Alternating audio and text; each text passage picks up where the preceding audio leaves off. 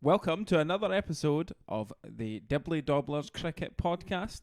As always, I am your main host, Callum, and here You're is gonna my... stick with that, aren't you? Well, It's going to be a recurring theme, that main host jive. I mean, it's not a theme. It just is. It just, it just is. And here is my secondary host, Andrew. How's it going? Yeah, it's just going all right, thanks. How are you? Yeah. I'm absolutely knackered, to be honest. But This could be a quality episode. this then. could be absolutely... If the chat's too boring, not only will the people listen... I want to say listeners, but we've got... What? Viewers. I was going to say watchers. It's a lot more creepy, that, isn't it? Not only might they be falling asleep, I may also be falling asleep if the chat is too poor. So Yeah. we need to keep it lively and short and sweet. Just like your love life. Oh, My brutal. word. I know Wow. it is, but, it's just the truth. So, you've been enjoying the cricket this week. It's a week since we recorded, isn't it? Plenty of it still, isn't there? There has been an absolute ton of it. It's not like we just had a World Cup or anything. Yeah, what do you need to follow up a World Cup with? A couple of bilateral T20 series, that's what you need. I know. I think that's the thing that makes it worse. It's like nobody, it was like, let's play them first. It's like... Yeah, so what was it? The World Cup was on the Sunday, and then on the Wednesday, New Zealand and India. were playing each other. Just seemed a bit mental, to be honest. So they played a 3-match T20 series. Pakistan and Bangladesh also played a 3-match T20 series. Yeah, and unsurprisingly, in the Pakistan-Bangladesh series, there was a whole lot of players that sat it, or certainly the scorecards. It wasn't the full strength It's sides. the same with India and New Zealand. Yeah, because players are like, no, I'm knackered. So, yeah, I don't really get it. The only argument I can really see for it is that if you're gonna have a test series, it's hard to go like 2020 test 2020 again. Yep.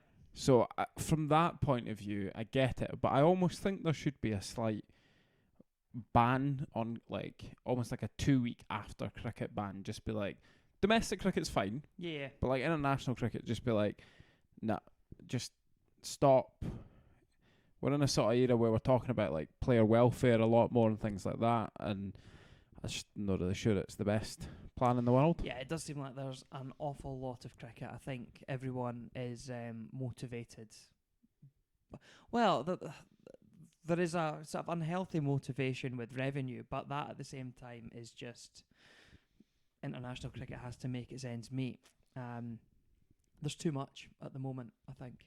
Yeah, I think there is, and it's whether they could be looking at trying to, the ICC, can they be trying to develop the emerging game as more of a product and trying to sort of fill some sort of commercial gaps by promoting that. Mean, is it still the case that we're kind of that the calendar is catching up from the disruption caused by the pandemic? Is this something that will settle down, or I don't know. It just feels like it's been the case that there's always been international cricket on the go for the last decade. Yeah, I think since really particularly since the sort of advent of T20 cricket, it just feels like now it's absolutely constant all the time, because I think there's this sort of theory of, okay, well, it was cancelled. I mean, you just have to look at England's trip to supposed to happen trip to Pakistan. Like, although that was a tournament warm-up. Yeah, it was, but it's still, I think there's a bit of a view of like, we can potentially just nip in for a series, and it's like, I'm not sure. I get that touring a country is dead in the manner that it used to be once upon a time, where you see like, Sky still show the clips of like in England teams in India and they're having days off riding elephants and all that kind of stuff. I get that like that kind of tour is been and gone, but I just worry we're kind of going far too much just completely the other way. Just like, let's get as many games as we can in shorter period of time as possible and get out and get somewhere else. Yeah, even the test series are so condensed, aren't they? You've always got a 5-game series will have 2 back-to-back tests. Yeah. And a week between the other ones. You basically have 2 rest weeks in a 5-test series, which, it feels crammed in. I liked when, these series were an event that lasted 2.5 months. Yeah, and it's a battle, and the thing is you can even have then, you've got opportunities to have games in between as well, like where you might have England A against a combined province 11 or whatever. But the touring side, say in England, the touring side take on a county second 11 or whatever. Which you just don't see happening as much these days. No. So, and there are some cricketers who've kind of burst on the scene in these games as well. So, I think that's just a bit of a shame. But it is just like, it just becomes too much for me because, and the side of it that I worry as well for is actually the domestic game, because if you're kind of asking international cricket fans to constantly be following all this stuff, is there room to really try and then follow the domestic game as well? And I know that's not really a consideration that the big the countries will be having, but I think as a sort of fan point of view, it's a bit of a shame. Like, there's just no way that it'd be able to keep up with everything. Yeah. Sorry, my computer's having a hissy fit. Don't know what's going on. Obviously, the dodgy stuff I was watching. Standard. Well, can't deny that. So, speaking about dodgy stuff. Dodgy stuff. Great segue there, by the way. Oh, dodgy excellent. stuff. Dodgy so, stuff. A couple of hours after we recorded last week's episode, there was another teary Australian press conference, because the Australians love a teary press conference. So, Tim Paine has stepped aside as captain of the Test match side after it emerged that there was an investigation 4 years ago into his conduct. I think he did nothing wrong. I think mocking his teary conference is out of line. Do you? It was very painful for him. Hey.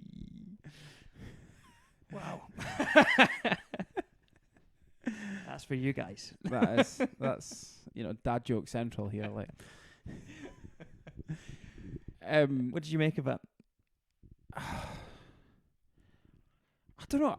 I just don't really get the whole thing. I've got to be honest. Like, they do love a teary press conference, and I get that they're trying to be sort of the nicer guys than what they used to be. But I've got to be honest, I'm not really sure we'd have seen Australians of old doing this. Like, I don't think we'd have seen a competent Australian player doing this. I'm not even going to say captain, I'm saying player. I don't know. Steve Smith is a pretty good player. Yeah, but his was like properly. There was a proper misconduct case with Steve Smith. Yeah. Whereas Tim Paine has been cleared of any wrongdoing in a Cricket Australia investigation. Also the same with the Tasmanian board investigated at the time as well and found nothing. Well, I mean, they're like carrying the banner for him. They're like going to go to town. I've heard they're invading mainland Australia over this issue. When I sort of saw it, and I sort of saw the headlines and like a wee bit about it, I thought, all right, that's not great. There must be more to this than meets the eye. Yeah. I thought, kind of did a bit of digging around, and all right, I've not found all the messages. I heard they were going public, so I don't know if I've maybe just not stumbled across them. But the ones that were out there, I was like, but I don't really get how this is.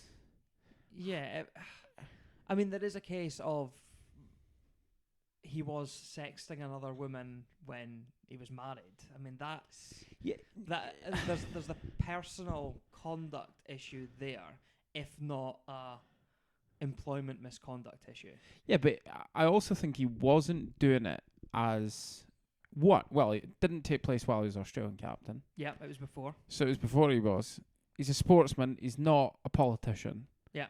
Like, I mean, I know he's still going to represent, or he's still putting himself forward to represent Australia as just a standard player. Yeah. But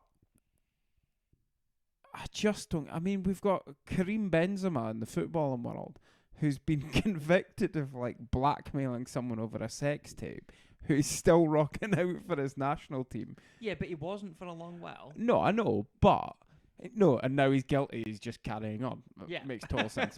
And I'm like, I get that it's not the greatest thing in the world to be doing, but I mean, there's people who've done a lot worse out there, I feel, and I don't know. I just wonder, was he really on the ropes as captain anyway?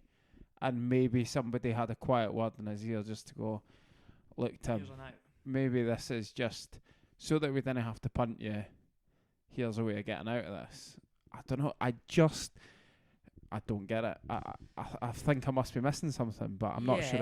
It's a strange one, isn't it? Where do you think they go from here? Do you think he plays in the Ashes to start with? He's obviously been out injured. He has only played a couple of games and has struggled in those games from what I've seen. Yeah. So do you think he'll even retain his place in the side?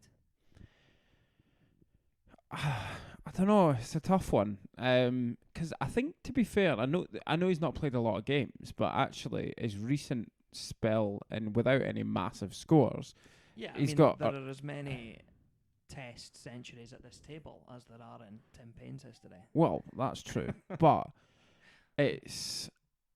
I suppose I don't know. You look around at the other options. I mean, Wade's stock from the T20 World Cup final. I know it's a different format, but these things definitely carry over. I know he has played as a batsman as well, even when Payne's been in the side. Yeah. You've got the white ball keeper, or was keeping, Alex Carey is the other one. I don't know. The problem is he does look like he's out of nick. I think if he wasn't out of nick, or seeming to be out of nick coming back from injury, I would be saying I probably would give him the opportunity. But basically, the short's yours. Yeah, I think at the start. I mean, I think ultimately they're going to win the series 5-0. So what does it matter if they've got a passenger in there? But then maybe that is it though. It's kind of the yeah. I mean, they realistically are probably going to fairly comfortably stroll this series, and maybe it's the time to actually go right. This is the time to blood somebody else. Yeah. I don't think Wade is the man to do it with. I'm just going to have a quick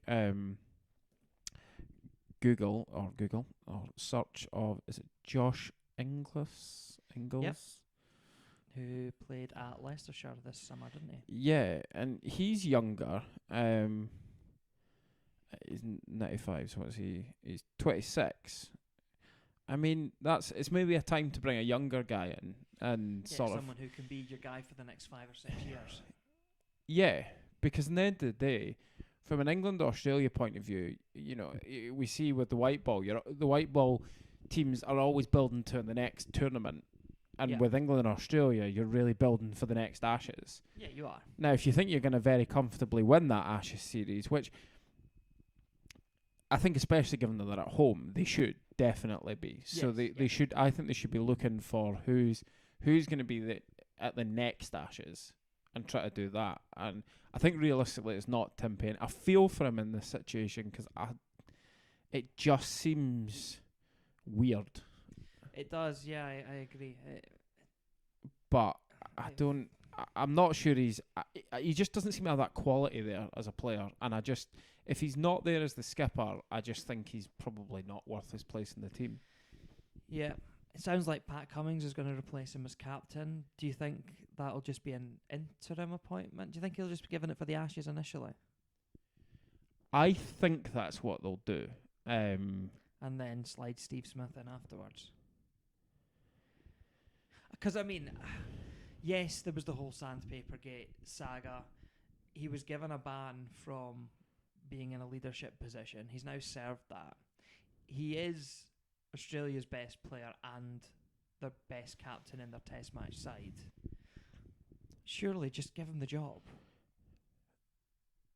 If I'm Cricket Australia, you just put Smith in there straight away. Yeah, I suppose with what they've been trying to do, though, is that what, you know, are they realistically going to do that? They've tried to paint this image of we're different people and all that kind of thing. Yeah, can you have a guy step aside from being Test captain? Because, I mean, the rumblings I'm understanding out of from Tasmania seem to be that the feeling is that Cricket Australia have got something to do with Tim Paine stepping aside, and that he hasn't really been correctly supported by Cricket Australia. And if they've maybe gone, well, actually, this was the guy we brought in because he was meant to bring integrity into the team, and they've maybe sort of suggested it could be a good time for him to go. Can you bring Steve Smith back? I think it comes back to actually the particulars of the Sandpaper Gate incident, in that Steve Smith, I think, just lacked the balls to stand up and say no when Dave Warner presented him with this idea. But is that not a problem in itself? If you're trying to make sure, trying to make sure your team culture is correct, if you've got, I mean, what's to say that Steve Smith doesn't all of a sudden have some tearaway Aussie quick that's just like hot-headed, who's just going to cause problems? Yeah, has he got the backbone to stand up to that? I would like to think that he's learnt from his past. Yeah, I don't know.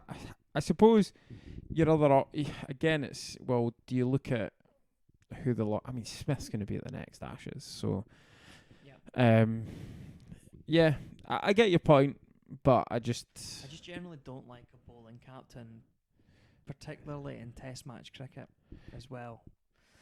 But that's just a personal preference. Yeah, no, I think the problem you always get with bowlers is that they kind of go one of two ways. They either over bowl themselves or they under bowl themselves. And yeah, that's always a problem, because I think they feel like teams need somebody, right, I need to be the man to step up. It's like, but you understand that. It's the batsman who's a captain. They feel the pressure if the team's under the cosh to come out with a big score. So yeah, but with a batsman, you have your wicket. You only have a finite. Yeah. You can't go and say, "Oh, I'm going to be the guy that goes and bats twice," because that you don't have that option. Unless it's me in indoor cricket. As a bowler, you could go and bowl a long spell that just isn't good for you and isn't good for the team. Yeah, or you could not use yourself at all. So I think, to be honest, probably more realistically, if you were to go, or the other, not more realistically, the other choice, if you don't want to go Smith, if you're a Cricket Australian, we just don't think going back to Smith is the good choice. Yeah. I think, I'm going to mispronounce this name, Labuschagne. Well, Labuschagne is how I hear a lot of Australians. Yes, but that's how he says it. Right, well, okay, so well, it's excellent. Labuschagne. We'll go with that then. Because some of the commentators are like Labuschagne or something, which I think is more how they pronounce it in South Africa. Yes, yeah. He would be your other choice. I mean, he seems... So Steve Smith or Steve Smith Jr. Exactly. So if you can't have... If Steve Smith Jr. It's the Smith Jr. is... he, it could just... You bring in Steve Smith in a different way. Yeah. Although, I saw a clip of Labuschagne bowling in the Shield games. All right, yeah. He's moved on from leg spinner. He's now a medium pacer. Bowling seam up. He was bowling first change in a Shield game. I thought it just looked a bit odd. But yeah, he's now bowling seam up. So he now thinks he's Andrew Simons, who just I'll bowl spin one day, I'll bowl seam the other. It's all good. It's like that Dutch boy. Just remember in the Scotland games at the start of the summer, there was a boy, he bowls off spin and bowls pace. Oh, aye. So to the left-handers, he was bowling off spin. To the right-handers, he was bowling off his full run-up and bowling pace. I know, it's quite modern bowlers. Yeah. Bunch of weirdos. But, all right, so he's now a seam-up bowler, yeah. It's because Mitchell Marsh just kind of cut it in the red ball team. They're like, madness, we need a boy. Can just chuck in a couple overs. Need a Dibbly Dobbler. Need a Dibbly. Everyone in the world needs a Dibbly Dobbler in their life. But I mean, to revert away from Labuschagne. So, well, I suppose what are we saying? We saying Pat Cummins? Pat Cummins will be captain for the Ashes. I'm fairly so. certain of that. It's whether he's captain in 6 months' time. I'm less certain of that. The problem you've got though is if you cricket Australia, if you're sitting there going, we're probably about to go and pump the English. Like you can't appoint somebody who's an interim. Really, you've got to be prepared to back this person because if Pat Cummins goes and wins the Ashes 5-0, well, you're going to be appointing Pat Cummins as your Test captain. Yeah, so it's true. Yeah, I suppose it could be a dangerous game. Maybe because this is the short Ashes cycle, isn't it? So we've got this one, then it's 18 months till the series in England. So whether he gets 2 Ashes series, maybe. Possibly, but if they don't, I think if they don't see him as the right choice, this isn't the right time to bring him in as a sort of interim measure. I think you go with who you think is going to be, not in this Ashes series, but the next England series. So I guess we'll see. But I think I am on board that it probably should be Steve Smith, but I'm just not convinced that it's going to be so. So Ashes warm up. Speaking about the Ashes, try to read my notes from over there. Aye, it's a bit of a damp affair, really. It was a bit of a damp squib. So they managed a whole 29 overs on day one, and that was all she wrote. Oh well. And what we got? Positive though, Hasib Hamid made 53 not out. Burns made 39 not out. And that was it. But I mean, openers to be not out after 29 overs, that's not a very English thing to do. It's not, but they were definitely not facing a very Australian bowling attack. No, they weren't. And actually looking at the bowling attack, they had Saqib Mahmood in there, who might play a part in this Ashes. Yeah. Carry on, we'll come back Lots to of spinners. Mahmood. Aye. And then, it was the Lions bowlers, basically, the guys that aren't. Aye, because Carlos has gone home injured. So the whole thing was really between those two quicks was whether they could impress at the start of the tour enough to try and basically stay on and earn a place in the full squad. And I think Carlos going home is a bit of a loss because I think that at times there's a bit of this attitude of in Australia you need pace, and that's true. But you get different types of pace as well. Because as much as I think Mark Wood is undoubtedly the pace bowler and, premium pace bowler that England have got, he's not the right kind of pace bowler for Australia is my concern. Because he's kind of, I know he still bowls the ball at people's heads, but it's almost kind of skiddy. It's like you can tell he's a pace bowler who's been brought up in England. Like, it's not a hit the deck kind of pace bowler, and that's what you need, and that's where I think Carse could have been an asset because I think he was more like that. He was more actually like hit the deck. Yeah, a Jofra Archer white ball bowler. Yeah, not Dibbly Dobbler red ball. Jofra. Jofra Archer bowled with a red ball like he bowls with a white ball. It'd be deadly. Yeah. But he's injured anyway, so he would be there. But I think it just highlights there's just this massive. There was an article about Stone talking about his red ball future and whether realistically he's got one. Okay, only spoke about tests, but can't realistically see that you're going to retire from tests and then go and play domestic first class cricket. I just don't think that would make much sense. So, there just seems to be this absolute lack of pace bowling. Yeah, from having been in a position sort of when Archer burst onto the scene 2 years ago, and you think we had Archer and Wood and Stone was there or thereabouts, and you got these younger guys in Mahmood and Karsh coming through, you thought actually it's quite a healthy position to be in.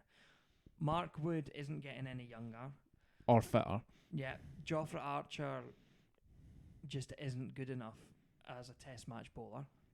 No. And all of a sudden we're back into the position where England have been for forever in lacking some premium express pace bowlers. Yeah, and I think he's similar to Wood. I'm not sure he's really that. He bowls quick, but I think he bowls a very English way. Like I'm not sure he's like hitting that seam and it's rifling up into the batsman. I think it's more yeah, you'd have to duck out the way of it, but it's kind of like it's not the right type of pace bowling for me. And the one I'm kind of hopeful for, and he's kind of written off as a swing bowler and things like that, is Chris Wokes.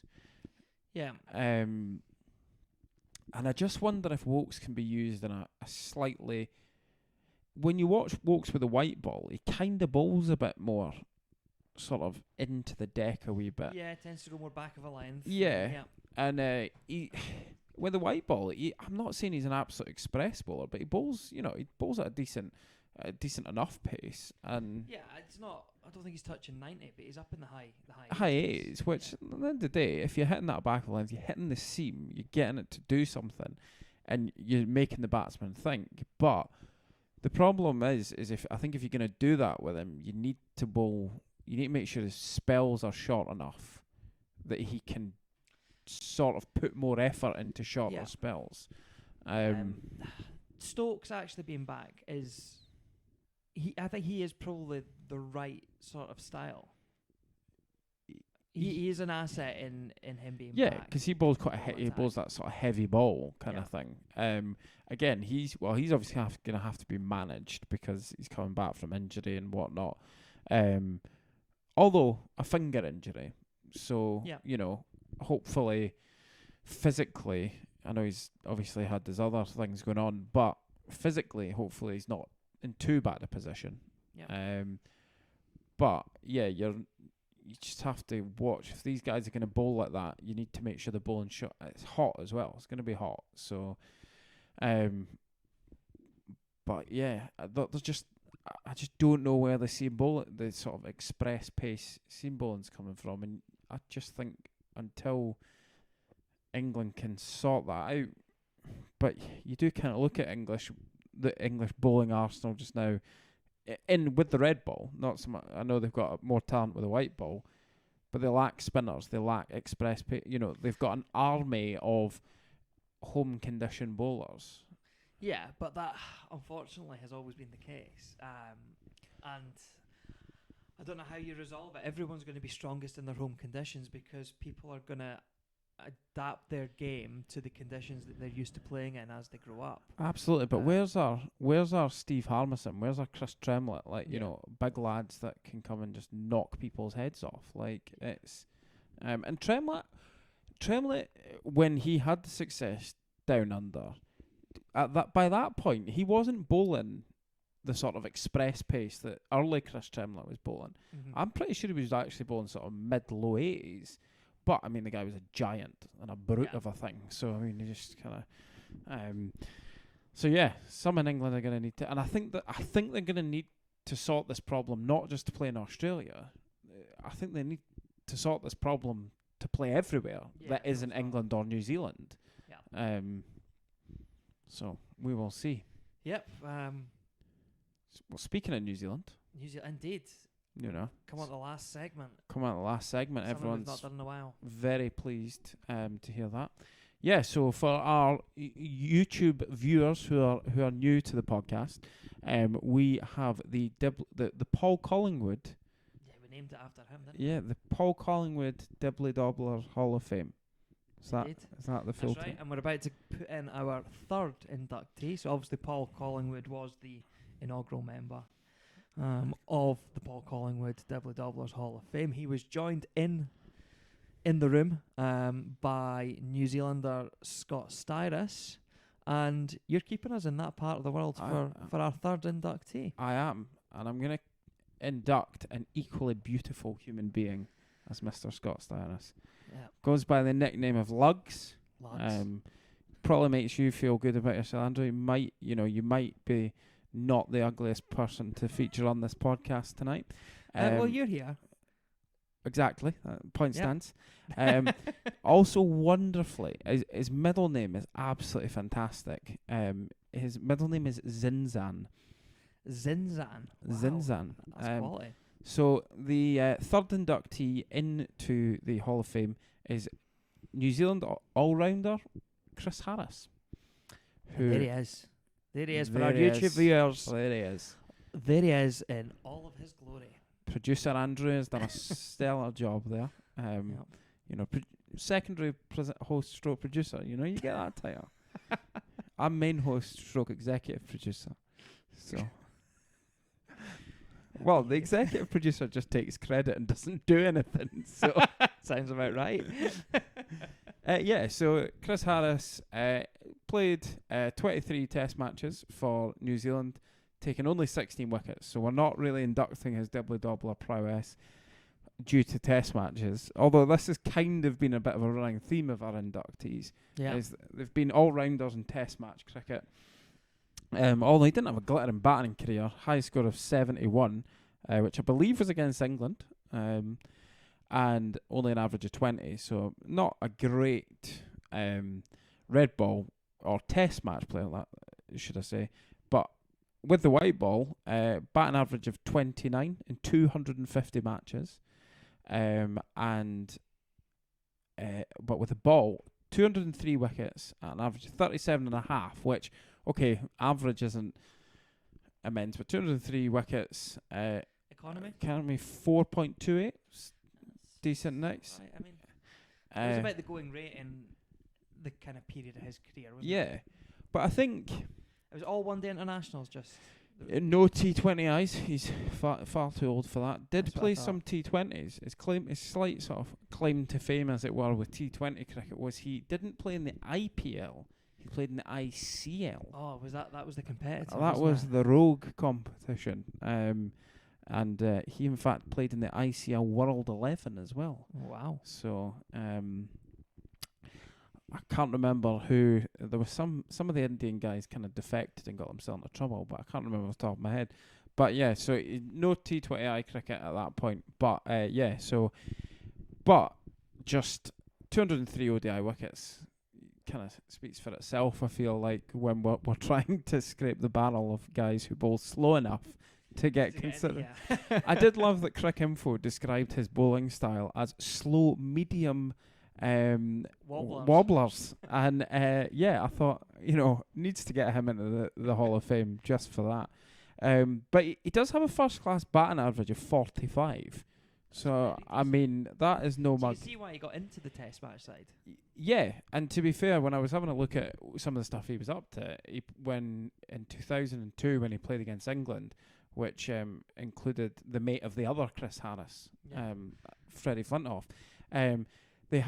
New Zealand had an arsenal of all-rounder Dibbly Dobbler bowlers because they had Chris Harris, Nathan Astle and Craig McMillan, all of who, well, Nathan Astle was a very good batsman, but, they just seem to produce these, can bat a bit, bowl a bit of Dibbly Dobbler stuff.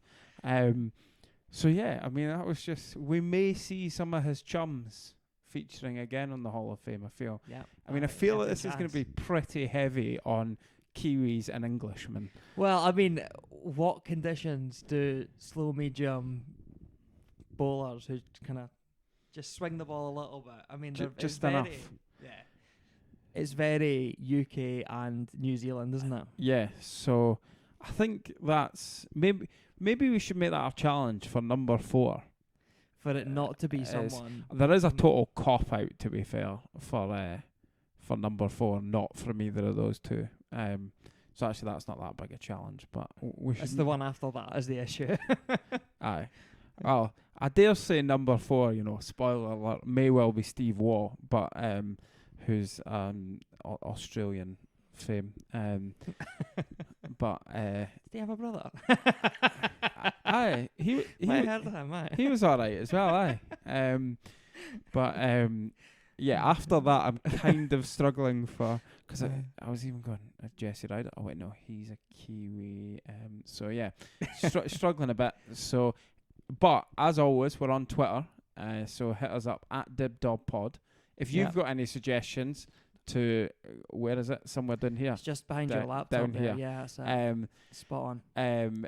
If you got any suggestions for who you think should be going at the Hall of Fame, let us know. Andrew will probably pick it up because he's the chief Twitter man, as well as he's the marketing social media guy, as well as being the producer, tea lady, secondary host, all sorts of things. If anyone wants to come and help us with our social media presence, yeah, I'd be interested to hear from you. Yeah. I really would. I mean, I was on Twitter for about a month, but I kind of given up now. It's it's just Scottish cricketers ranting about things. Can't be bothered. So, hey ho. Yeah. Right. But on that note, hit us up on Dib Dob Pod. Let us know who you think's going to be the next Australian captain, who you think should be in the Hall of Fame, and is there too much T20 cricket or just international cricket in general? Yeah, the international cricket calendar is a bit cramped. Do you agree? Is it forever or just post-pandemic? Let us know on Twitter or comment below. In the comments, like and subscribe, all that sort of stuff. Like, subscribe, do a little dance, do whatever you want. Yeah. Well, excellent. We'll speak to you again next week. We'll speak to you again. Bye.